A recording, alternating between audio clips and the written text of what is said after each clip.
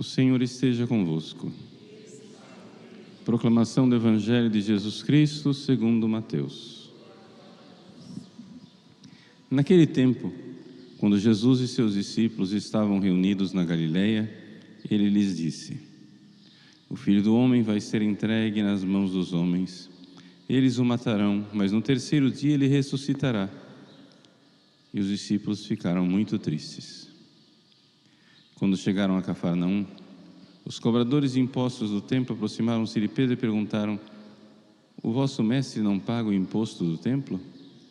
Pedro respondeu: Sim, paga. Ao entrar em casa, Jesus adiantou-se e perguntou: Simão, que te parece?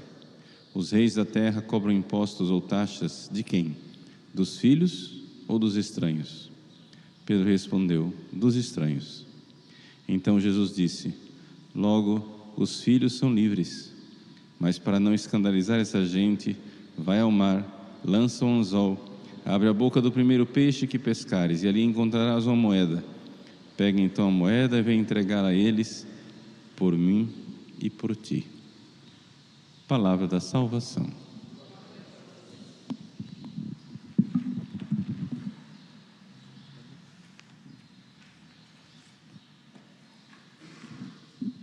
Meus queridos irmãos e irmãs, com alegria celebramos hoje a memória de São Domingos de Gusmão. São Domingos, que viveu entre o século XII e XIII, foi um santo muito importante para a história da Igreja, não somente no seu tempo, mas também pela herança que ele deixou.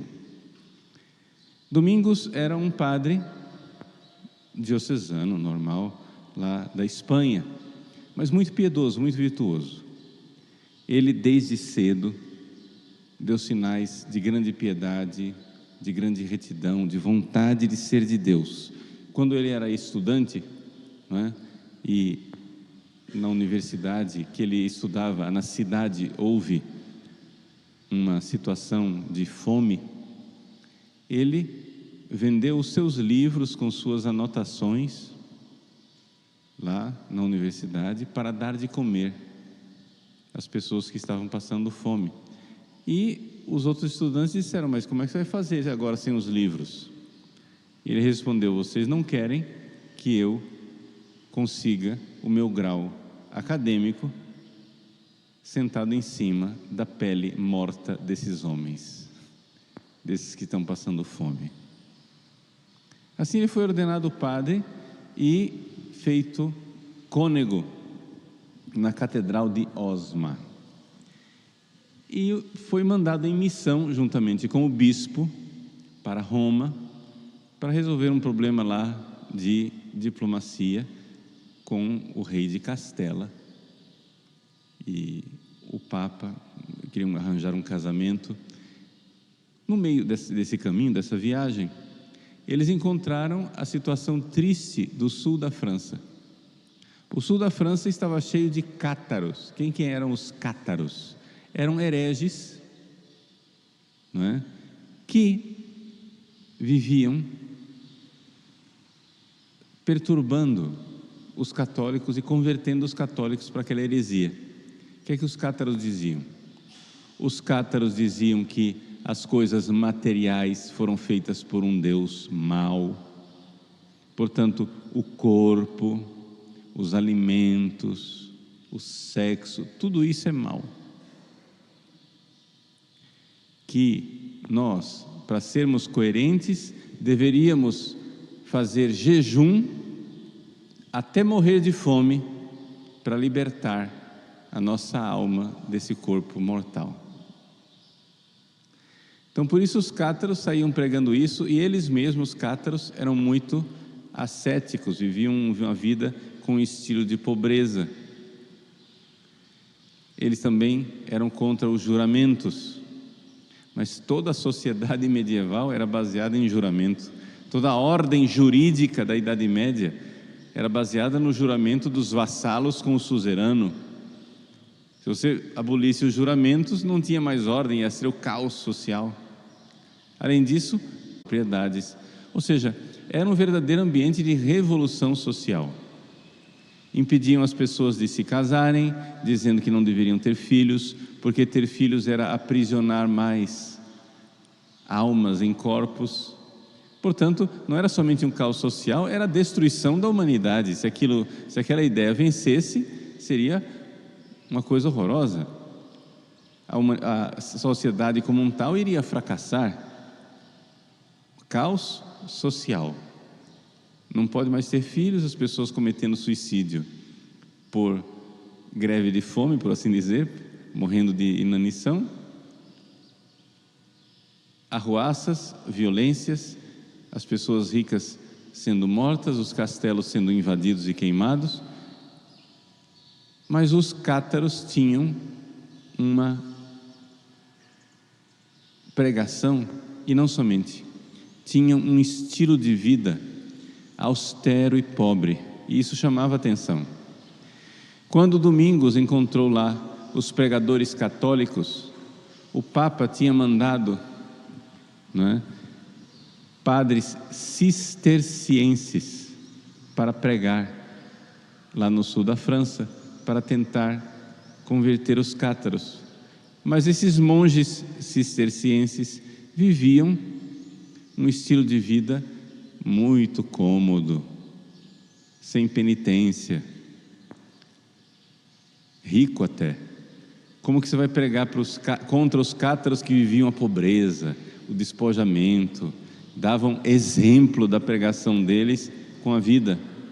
Então São Domingos, juntamente com o seu bispo, disseram: olha, nós vamos precisar adotar um estilo de vida pobre e evangélico. Então ele ali deu início a uma ordem, a ordem dominicana, que tinha estas duas características que não existiam na época. Duas não, vamos colocar três. Primeiro, um estilo de vida pobre e evangélico. Um pouco como São Francisco de Assis, os franciscanos. Mas, ao mesmo tempo, segunda característica que os franciscanos não tinham, uma ordem de padres estudiosos. Porque se você vai debelar os cátaros, você tem que ter argumentos, você tem que saber teologia, você tem que saber mostrar o erro. Então, eles viviam uma vida pobre, uma vida austera e uma vida de estudiosos. E a terceira característica é que eles eram dinâmicos, não eram amarrados num lugar, num mosteiro, como os monges. Eles podiam sair por aí pregando livremente. As casas deles eram somente conventos e não abadias.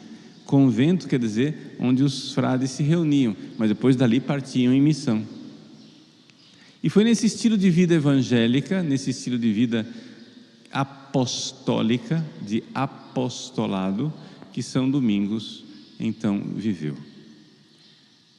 Um grande instrumento que São Domingos encontrou para pregar contra os cátaros e destruir a heresia dos cátaros foi o rosário, o Santo Terço. Por quê? Porque nos mistérios do rosário e na Ave Maria, você faz as pessoas contemplarem constantemente o mistério da encarnação.